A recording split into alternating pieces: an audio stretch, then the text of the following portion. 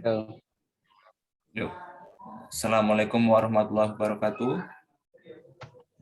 Waalaikumsalam. Di sini Waalaikumsalam. kelompok kami akan mempresentasikan tentang geotekstil. Adapun anggota kelompok kami yaitu Adifa Cahya Muslim dengan NIM 519.244, kemudian ada Al Masud dengan NIM 519.245, dan juga ada Iqbal Ridwan Mahmudi dengan NIM 519.263. Kelompok kami akan membahas mengenai materi geotekstil, yaitu mata kuliah perbaikan tanah yang diampu oleh dosen Bapak Abul Fida Ismail.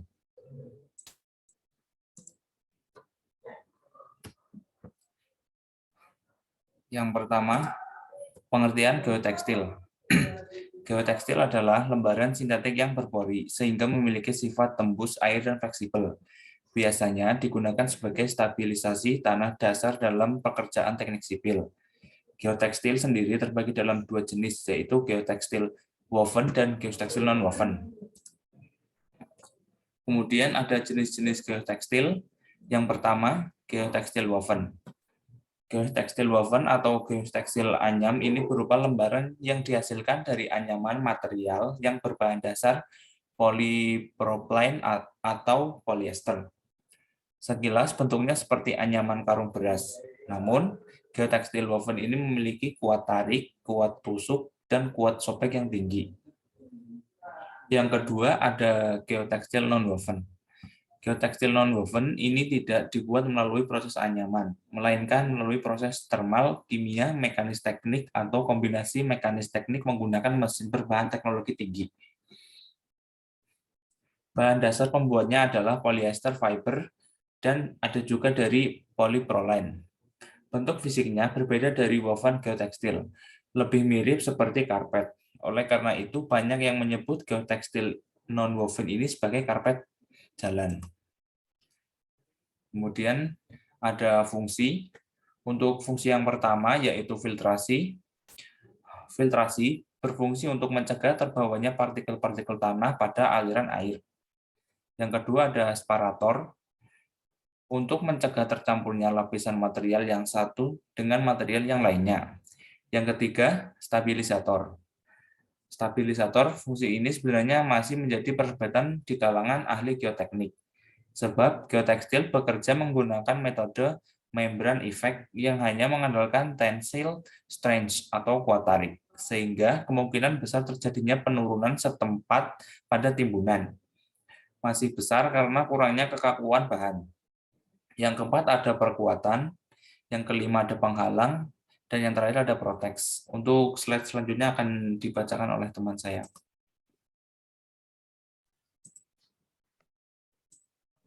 Ya, selanjutnya geotekstil untuk perkuatan tanah.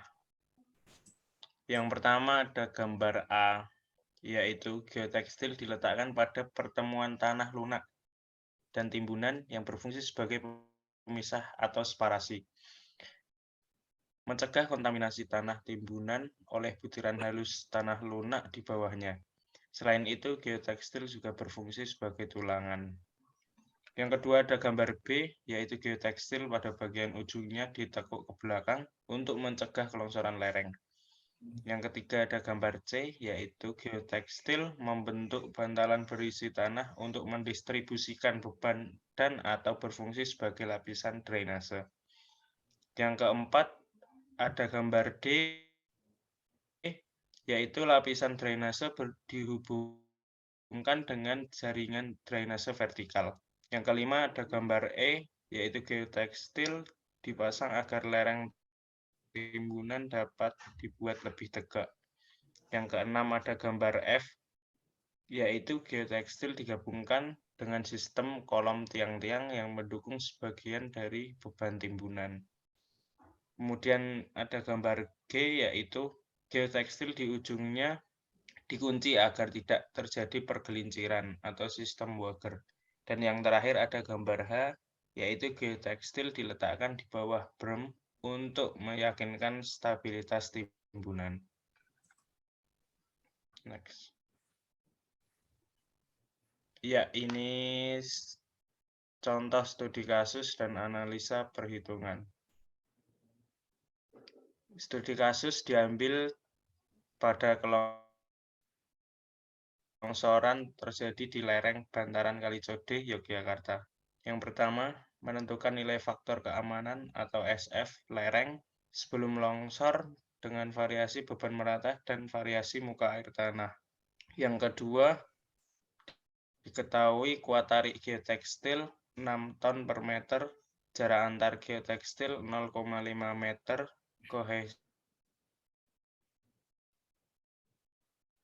kohesivitas 0, kemiringan lereng bagian bawah 45 derajat, serta ketinggian lereng 1, 5 meter, dan ketinggian lereng 2, 5 meter.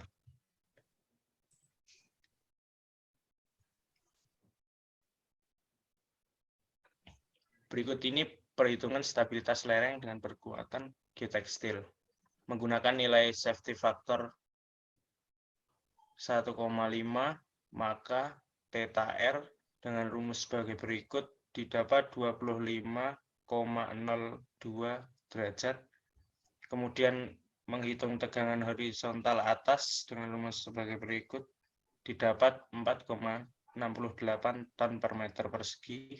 Kemudian menghitung kuat tekan tulangan yang terjadi, yaitu menghitung prek atas dengan rumus sebagai berikut didapat 4,59 kN per meter persegi, dan prek bawah didapat 3,51 kN per meter persegi.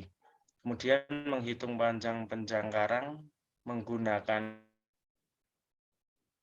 nilai safety factor 1,5, didapat CB dengan rumus sebagai berikut. CB atas didapat 15 meter dan CB bawah didapat 12,9 meter. Kemudian akan dilanjutkan oleh teman saya. Di variasi beban memakai dua varian beban, yaitu yang pertama 10 kN per meter kubik, yang kedua 20 kN per kubik. Penjangkaran atau RB.